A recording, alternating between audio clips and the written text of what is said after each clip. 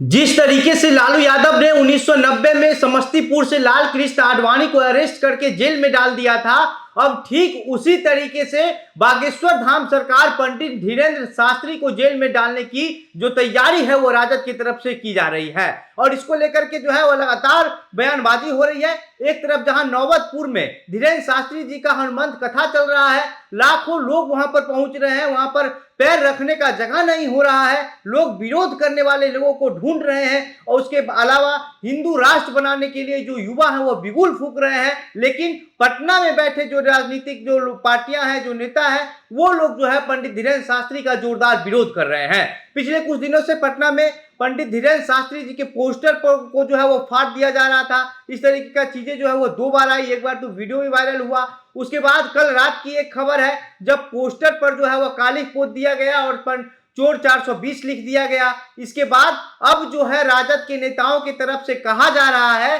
जो जिस तरीके से आडवाणी को अरेस्ट करके जेल में डाल दिया गया था, अब उसी तरीके से धीरेन्द्र शास्त्री को भी अरेस्ट करके जेल में डालने की जरूरत है। आज की इस वीडियो में हम इन चीजों को लेकर के विस्तार से चर्चा करेंगे, लेकिन उससे पहले नमस्कार, मेरा नाम घनश्याम सिंह है और आप द बिहार प्रोजेक्ट देख रहे हैं। दरअसल जब से अपना धीरेन्द्र शास्त्री जी का कार्यक्रम का जो शेड्यूल है वो तय हुआ था, उसके बाद से ही सबसे पहले तेज प्रताप यादव के द्वारा इस कथा को जो है वह राजनीतिक रंग दे दिया गया और उसके बाद राजद के नेताओं की तरफ से लगातार बयानबाजी होनी शुरू हो गई। तेज प्रताप यादव सबसे पहले कहे थे कि आने के बाद ही हम एयरपोर्ट पर घेर लेंगे, उसके बाद अब कह रहे हैं कि वो किसी बाबा आबा टाबा को जानते ही नहीं है। तो वहीं लालू यादव कहते हैं कि धीरेन्द्र शास्त्री कोनो बाबा है। नीतीश कुमार कहते हैं कि अरे देश का नाम थोड़े बदल दीजिएगा आप। इसके साथ साथ राजद के प्रदेश अध्यक्ष जगदानंद सिंह कहते हैं कि आडवाणी के तरह ही धीरेन्द्र शास्त्री को भी पकड़ करके जेल में डालने की जरूरत है। इससे पहले भी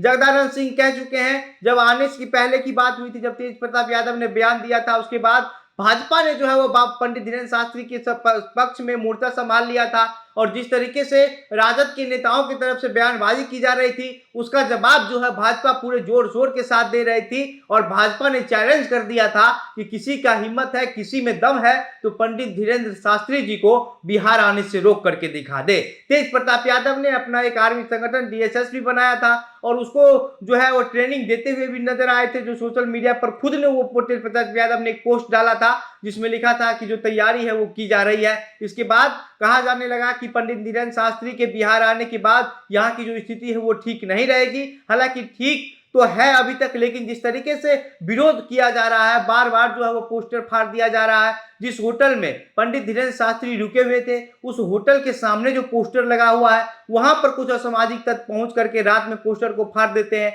इसके बाद जो है सुरक्षा को लेकर के सवाल उठना शुरू हुआ और होटल पर जो है वो बैरिकेडिंग लगा दिया गया। होटल पर प्रशासन की सुरक्षा जो है वो बढ़ा दी गई। कहा जाता है कि जिस तरीके से राजद के नेताओं ने जो है वो धीरेन्द्र शास्त्री जी का विरोध किया है, इसके बाद से जो है कुछ ऐसे लोग हैं जो यादव समाज से भी आते हैं या फिर किसी अन्य समाज से भी आते हैं, वो लोग भी धीरेन्द्र शास्त्री जी को सुनने जाते हैं। आप कल एक वीडियो वायरल हुआ है जहां पर अक्षरा सिंह जो है वो धीरेन्द्र शास्त्री जी को कथा भजन सुना रही है गा करके और अक्षरा सिंह के पीछे जो है अक्षरा सिंह के पापा बैठे हुए हैं और अक्षरा सिंह के पापा के बगल में अनंत सिंह की पत्नी नीलम देवी बैठी हुई है जो राजद से विधायक है। और आप समझिए एक तरफ राजद पार्टी की तरफ से जो है वो पुरजोर विरोध किया जा रहा है। तेजस्वी यादव को 2 बार न्योता दिया गया लेकिन तेजस्वी यादव नहीं गए, नीतीश कुमार को भी न्योता दिया गया, नहीं गए। अब सोशल मीडिया पर यह भी सवाल उठ रहा है ये जो लोग हैं ये लोग गांधी मैदान में जाकर के ईद तो मना लेते हैं लेकिन हनुमान कथा हो रहा है, यहाँ पर इनको बुलाया गया, इसके बावजूद भी ये लोग 2 मिनट के लिए भी वहां पर नहीं गए। इसके अलावा तेज प्रताप यादव ने भी एक बयान दे दिया है जिसमें राम और कृष्ण को जो है वो तेज प्रताप यादव बांटते हुए नजर आ रहे हैं। तेज प्रताप यादव ने कह दिया कि बिहार में महागठबंधन का राज है, यानी कि कृष्ण का राज है, यहाँ राम राज्य नहीं चलेगा क्योंकि राम जो है वो 14 गुण में ही निपुण थे लेकिन कृष्ण 16 गुण में निपुण थे। इस वजह से बिहार में कृष्ण राज है, कृष्ण का राज ही चलेगा, बिहार में राम राज्य नहीं चलेगा। धीरेन्द्र शास्त्री जी पटना आए हैं और धीरेन्द्र शास्त्री जो है वो बिहार के लोगों को पगला कहे हैं और बिहार की जनता इसका जो कीमत है वो चुका देगी, बता देगी। बिहार की जनता ये शब्द जो है धीरेन्द्र शास्त्री का ये बर्दाश्त नहीं करेगी। ये कहना है तेज प्रताप यादव का।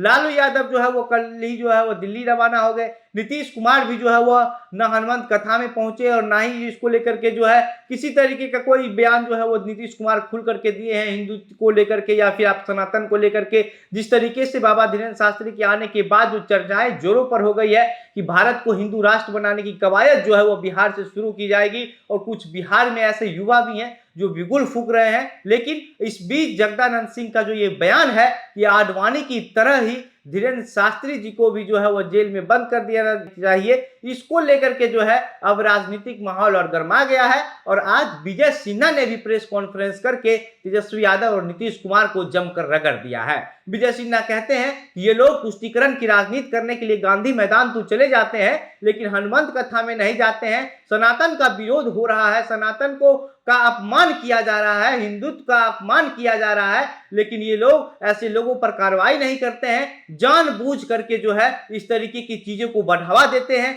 प्रिंट मीडिया में जो पत्रकार हैं उनको इस बात को फोन करके उनके ऊपर प्रेशर डाला जाता है कि आप इस तरीके का जो खबर है कि जो पंडित धीरेन्द्र शास्त्री जी के पोस्टर के साथ जो किया जा रहा है, फाड़ा जा रहा है, उस पर कालिख पोता जा रहा है, उस पर जो है चोर 420 लिख दिया जा रहा है, इस तरीके की खबर को नहीं चलाने के लिए जो है वो प्रिंट मीडिया पर प्रेशर दिया जा रहा है। ये विजय सिन्हा ने आज जो है वह खुद खुल करके कह दिया इन चीजों को लेकर के। अब सबसे बड़ा सवाल यही है कि क्या राजद की तरफ से आडवाणी की तरह ही धीरेन्द्र शास्त्री जी को भी जेल में डालने की तैयारी की जा रही है, क्योंकि कहा जाता है कि जो धीरेन्द्र शास्त्री जी बिहार में आए हैं, धीरेन्द्र शास्त्री हिंदुत्व की बात करते हैं, हिंदू राष्ट्र बनाने की मांग करते हैं, और भाजपा भी हिंदुत्व की राजनीति करती है, हिंदू राष्ट्र बनाने की मांग करती है। तो इससे जो विपक्षी पार्टियां हैं उस पार्टी को ऐसा लग सकता है कि धीरेन्द्र शास्त्री जी के बिहार आने के बाद से भाजपा को जो है इसका फायदा मिलेगा।